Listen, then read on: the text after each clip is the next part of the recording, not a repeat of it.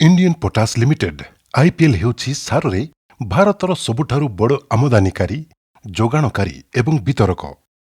IPL रो सार सबुबेले बुद्धिमान चाषींकर प्रथम पसंद रही आसीछि। आईपीएल क्रमागत भावरे निजर कृषकों सुविधा पाई सक्रिय भावरे नूतन टेक्नोलोजी ग्रहण करिछि। आईएफएफसीओ द्वारा विकसित नानो यूरिया आईपीएल रो उत्पाद समूह रे सबुठारु नुआ संयोजन अटे। आईपीएल नानो यूरियार स्वतंत्र घरोई विक्रेता होई पारिछि। सारा देश रे जोगाई दिया जाउछि। नानो यूरिया तरल परिवेश अनुकूल द्रव्य। एक बोतल नानो यूरिया एक बस्ता यूरिया सहित समान।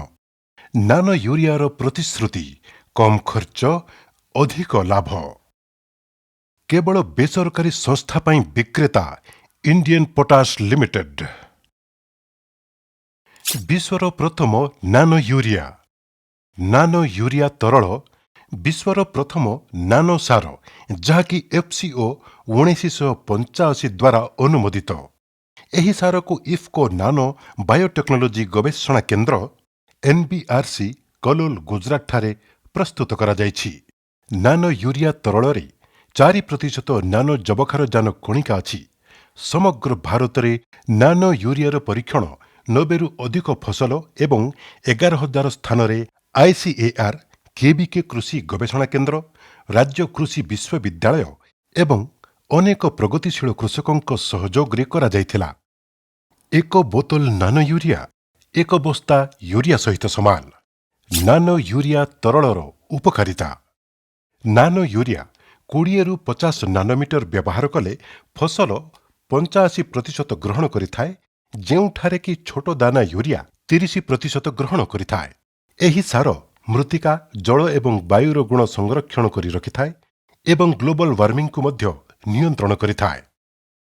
ନାନୋ यूरियाରେ ଅବସ୍ଥାପିତ ଥିବା ଜବକ୍ଷାରଜାନକୁ ଫସଲ ସହଜରେ ଗ୍ରହଣ କରି ନିଜର ପୋଷକ ତତ୍ତ୍ୱର ଆବଶ୍ୟକତାକୁ ପୂରଣ କରିଥାଏ। ଏହା ଫସଲର ଗୁଣ ଏବଂ ମାନ ବଢ଼ାଇଥାଏ। ଏହା ଦାନାଦାର यूरिया ବ୍ୟବହାରକୁ 50% ହ୍ରାସ କରିଥାଏ ଏବଂ ଫସଲର ଅମଳ ମଧ୍ୟ ବଢ଼ାଇଥାଏ। ଏହାର ବ୍ୟବହାର ଏବଂ ସାଇତି ରଖିବା ଅତ୍ୟନ୍ତ ସହଜ। ସ୍ୱଳ୍ପ ନିବେଶରେ ଫସଲର ଅମଳ ବଢ଼ିବା ସହିତ ଚାଷୀର ଆୟ ବଢ଼ିଥାଏ। ପ୍ରୟୋଗ ମାତ୍ରା, ସମୟ ଏବଂ ପଦ୍ଧତି। 2 ରୁ 4 ମିଲିଲିଟର ନାନୋ यूरियाକୁ 1 ଲିଟର ପାଣିରେ ମିଶାନ୍ତୁ ଏବଂ ଫସଲର ଆବଶ୍ୟକତା ଅନୁସାରେ ଏହି ମିଶ୍ରଣକୁ ପତ୍ରରେ ସିଞ୍ଚନ କରନ୍ତୁ।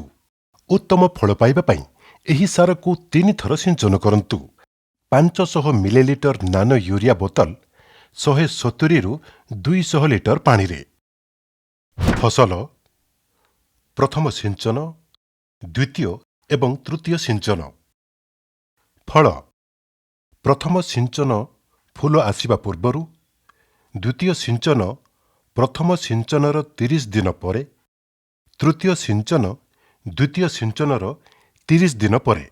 ଧାନ, ମକା, ପନିପରିବା ପ୍ରଥମ ସିଞ୍ଚନ ପିଲ ଆସିବା ସମୟରେ ଅଥବା ବୁଣିବାର 30 ରୁ 35 ଦିନ ପରେ କିମ୍ବା ଚାରା ରୋପିବାର 20 ରୁ 25 ଦିନ ପରେ।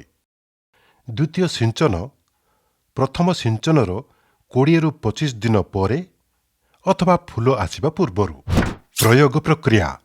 ବ୍ୟବହାର କରିବା ପୂର୍ବରୁ ନାନୋ यूरिया ବୋତଲକୁ ଭଲ ଭାବରେ ହଲାନ୍ତୁ। ଫ୍ଲାଟ୍ ପ୍ୟାନ୍ କିମ୍ବା କଟ୍ ନୋଜଲ ଥିବା ସ୍ପ୍ରେୟାର ବ୍ୟବହାର କରନ୍ତୁ। ସକାଳ ଏବଂ ସନ୍ଧ୍ୟା ସମୟରେ ସିଞ୍ଚନ କରନ୍ତୁ। ଯଦି ସିଞ୍ଚନ କରିବାର 12 ଘଣ୍ଟା ଭିତରେ ବର୍ଷା ହୋଇଯାଏ, ତେବେ ଆଉ ଥରେ ସିଞ୍ଚନ କରିବା ଉଚିତ। ଏହି ନାନୋ यूरियाକୁ ଅନ୍ୟ ଜଳ ଦ୍ରବଣୀୟ ସାର, ହର୍ମୋନ୍ ଏବଂ ଏଗ୍ରୋ କେମିକାଲ ସହ ମିଶାଇ ମଧ୍ୟ ସିଞ୍ଚନ କରାଯାଇପାରେ।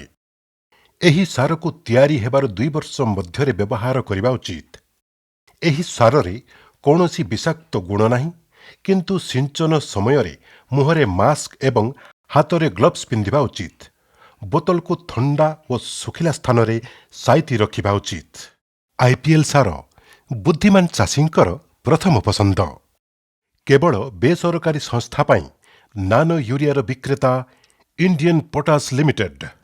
Indian potash limited, Odisha business centre, plot number 3031 चतुर्थ महला रसुलगढ़ भुवनेश्वर 751010।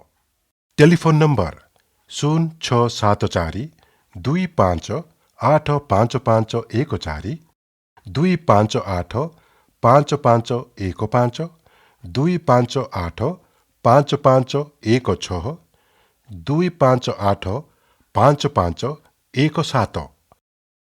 Email iplbhu@portindia.com। कृषकों सेवारे आईपीएल सर्वदा आगरे। आईपीएल सार बुद्धिमान कृषकों प्रथम पसंद। धन्यवाद।